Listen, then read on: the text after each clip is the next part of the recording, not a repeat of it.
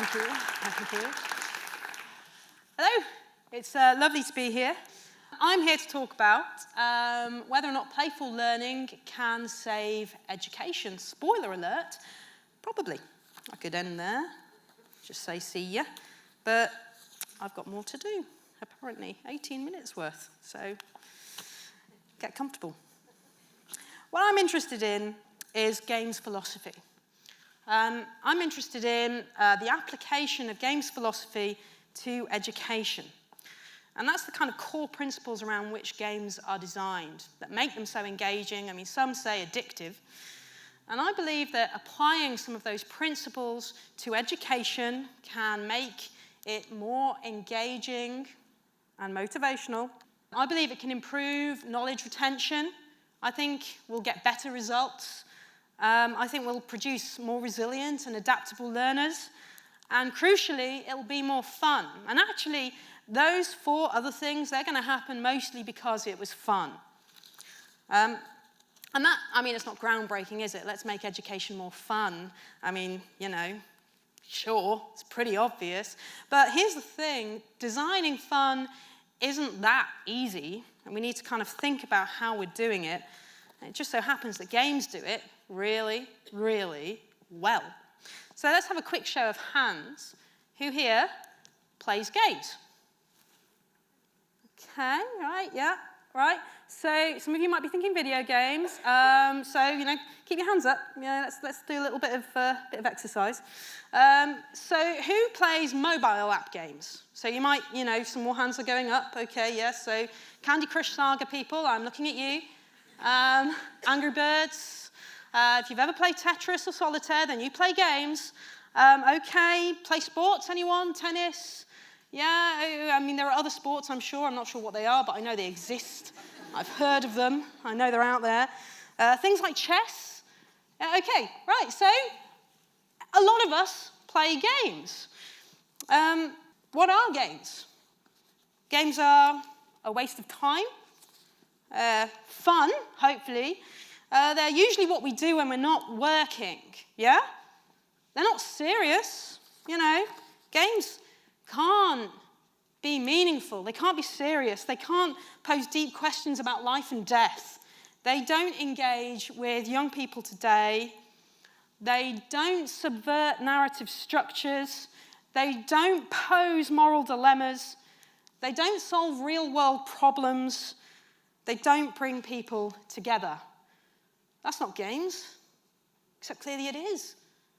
All of these games do that. And actually, if you speak to me later, I may give you points if you've worked out what all of these games are. Points mean prizes, some of you know. So let's come back to that. What are games? Well, Bernard Suit says that playing a game is the voluntary attempt to overcome unnecessary obstacles. I'd like to think about that for a moment. The voluntary attempt to overcome unnecessary obstacles. Why on earth would we do that? We're spending time on something we don't have to do that isn't easy. That's what a game is. And think about whenever you play a game, why you're doing it. Jane McGonigal, who is a bit of a hero of mine, she talks about this really well. She uses the example of golf. Now, if you were given, she says, if you were given a ball and you were told your job is to get this ball into that hole over there, you'd probably hold the ball, you'd walk a short distance to it, you would drop it into the hole, you'd be done, right? It only becomes a game when you get given a club, I think that's what they're called, and somebody says you can only hit the ball with the club, and oh, by the way, we've moved the hole really far away, you have an average number of hits that you need to meet, and, oh, I know, there's some sand pits, and they're probably not called sand pits, probably some other term. Sorry for all golfing people out there. And lakes and things. I know, dragons. I don't know what you have to do to get past the obstacles in golf. Are there wizards? There might be. But you have to get past all of those things. The point is that it only becomes a game when it gets difficult. It's the same task. I just made it more difficult, and now it's fun. That's cool, isn't it? So let's move on to another idea. Jesper Juhl talks about failure in games. A key thing about this is that when you fail in a game, you don't stop playing, do you? You finish, that's it, I can never do that again. I'm terrible at this. I've decided to give up games altogether. My Super Mario guy just died. I can't possibly continue. No, that's not how people think about games. When we're playing a game, if we fail, that's learning. Now we know how to do it better. So in a game, losing is learning. And actually, Jesper Juhl takes this further. He's far more clever than me and articulate, and you should probably all read his book and books even. But he says that, if you don't fail at all when you play a game, you actually feel cheated. You actually get cross with the game. It wasn't hard enough. And I think that's pretty cool. Not only do games make us overcome failure, they make us want it. That's brilliant. If only I could get all my students to feel that way. And that leads me to a little story. So I decided to apply some of these principles, particularly the idea that hard work equals fun, to one of the modules that I teach. I teach this module here, writing science fiction, fantasy, and horror. I know, right? I have a pretty awesome job, right? I get to watch horror movies and it's work. But the problem I had with this module is that about 80% of the students never did the set reading. They just didn't do it. And it didn't matter how much I emphasized it. It didn't matter how often I told them this was necessary. It would make them better writers. They would understand the genre more. They just didn't do it. Only the really highly motivated learners, the ones where you don't even have to turn up, but they're still probably really engaged. Only they did it. And I decided to test the idea that hard work equals fun. So over the summer, after this happening, for, I don't know, maybe the second time, I decided that I wasn't going to make the reading lesson. I'm going to take some away. I decided I was going to add more. Actually, I decided to add 4 times as much.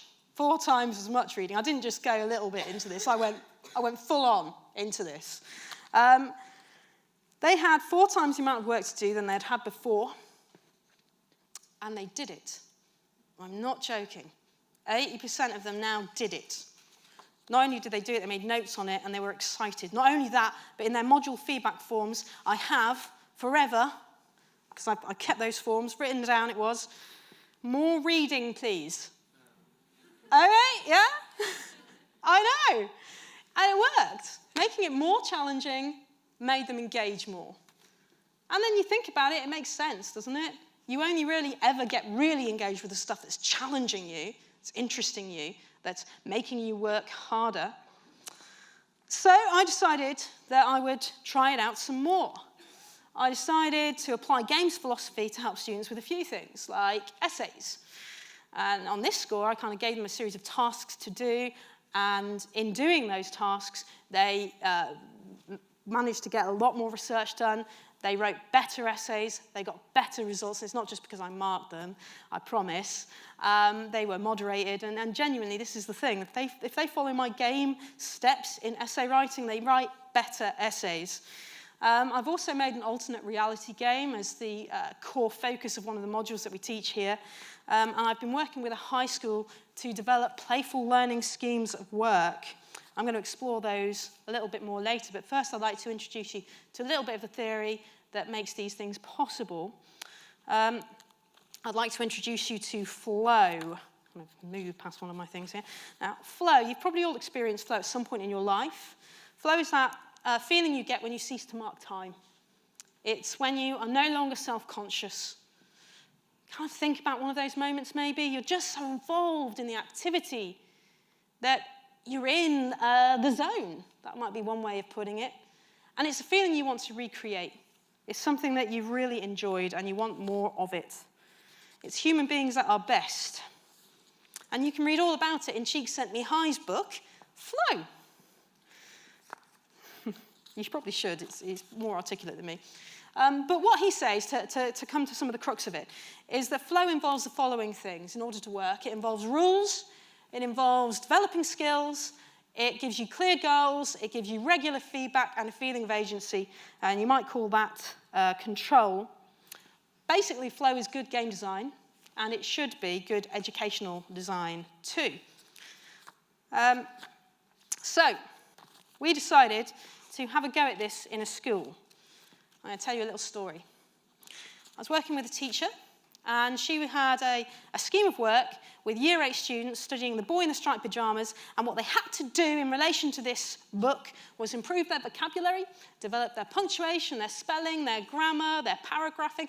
Okay, as I say this, does this sound like an exciting lesson series to you? Does it sound like you're going to have fun? Yeah, okay. We've all had lessons like those, I hope, at school at some stage. They're not the most engaging. They're not the things we probably remember. So we decided we were going to reimagine this together. And we took those 12 lessons and we turned them into a level design with a big boss level at the end. That was what the traditional test used to be. So we needed a narrative or a logic around which this could hinge. And because The Boy in the Striped Pyjamas is set in the past, and because the students all had to write in the voices of the characters in that book, and because we had both grown up watching Quantum Leap, okay, I'm getting older, we decided that we would frame it as a time traveller. In the year 3012, there is no war, no hunger, no homelessness. We have become a truly enlightened society, and we owe our age of peace to the Time Agency. Several years ago, during a period of great unrest and destruction, Dr. Smith Takani discovered how to travel through time. Thanks to her and the work of the great philanthropist Ahmad Farrar, the Time Agency was established. Its mission, to explore significant moments and people of history and bring their stories and wisdom back to the future. Thanks to the insights we have learnt through the work of the Time Agents, we have been able to foster a better tomorrow today. I love that. So Sam Beckett steps into the quantum leap accelerator. Some of you get it. The rest of you are just silently judging me. So what we did was to create a series of missions that the students had to undertake, and to complete those missions successfully, they needed to write in the voice of the characters. To write in the voice of the characters well, they had to extend the vocabulary, use punctuation correctly, and paragraph well. They had to be convincing. And it was quite successful. In fact, we even had a leaderboard. So in order for, when the students met these targets, they gained experience points, or XP, and this came up onto a leaderboard. And so they could track their progress, and it was quite competitive. They really, really, really wanted to be at the top of that leaderboard. And let's just relate all of that back to flow for a moment. So we had clear rules. Each lesson had clear rules and clear guidelines to gain XP. It was all about gaining experience points. And in order to do that, they had to develop their skills in spelling, punctuation, grammar. And their goal was, well, it's a time agent mission, so they had an overall goal they were trying to achieve by the end of the lesson. And in order to do that, they had to show those skills. Their feedback was pretty good. For a kind of classroom situation, they were getting feedback after every session because we were introduced a peer checking system. You'd think they might cheat with a peer checking system, but they don't. It turns out they're really, really stringent about marking each other properly and making sure no one cheats. That gave them a feeling of agency because they were having immediate feedback. They could see that the skills they were developing meant they got more XP, meant they got higher up on the leaderboard. It all worked really nicely together. And the kids loved it. They really enjoyed it. They enjoyed it more. They did better. We measured this group that we were working with as a pilot group. We measured them against their previous abilities and what they'd attained before. We measured them against a control group that were also doing the scheme of work, but with the traditional learning methods. And both groups improved. The group with traditional scheme of work improved, and the group with the playful learning scheme of work improved. But the playful learning students, they improved more.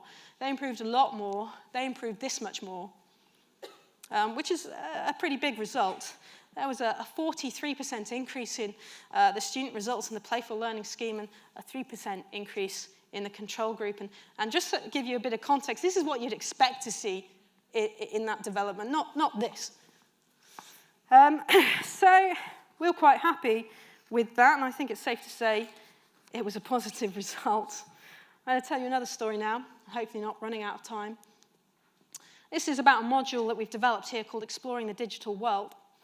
It's for a new degree, the liberal arts degree here at the University of Leeds. And a colleague and I developed this module together.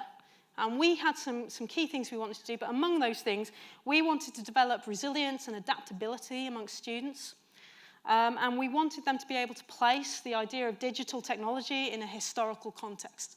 So we actually started with the printing press in order to do this.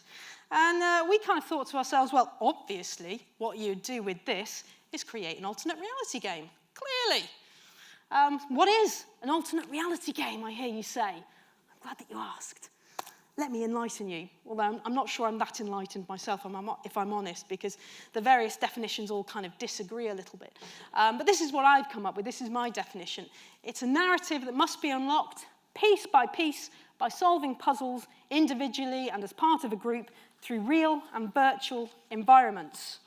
Sounds pretty cool, huh? So what we did was to create an interactive timeline that the students added to. So there's this interactive digital timeline that placed historical developments of technology into their context with wider information and links they could go into, and we invited them to add content to that.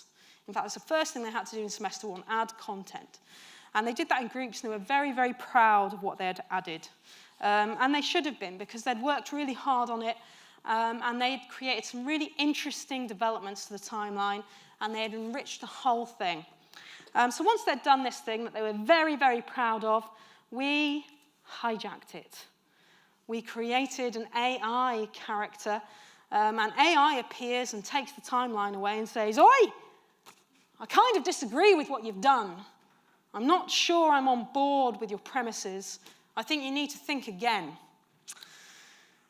Basically, AI is like a grumpy professor who kind of just gets a little bit cross, only with a sort of infinite digital power.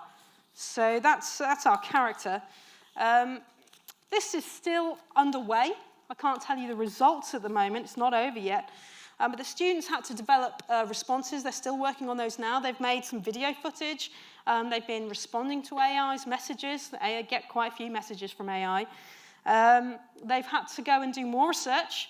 They've enriched their understanding. They've gone for some multiple perspectives now, where before they maybe had one or two perspectives, and they are responding to AI's demands. And hopefully, by the end of the week, AI will have seen the error of its ways and will release the timeline to them. Only now, the content will be richer and more in-depth and exhibit a greater level of knowledge than it did before. In other words, they've done everything they would have had to have done for an essay and more without feeling the anxiety of that essay. And I know that because we did make them do an essay too, and they were far more scared about that. AI has even developed and moved on a little bit. It's not as cold and as aloof as it once was. It even sent them this Valentine's message.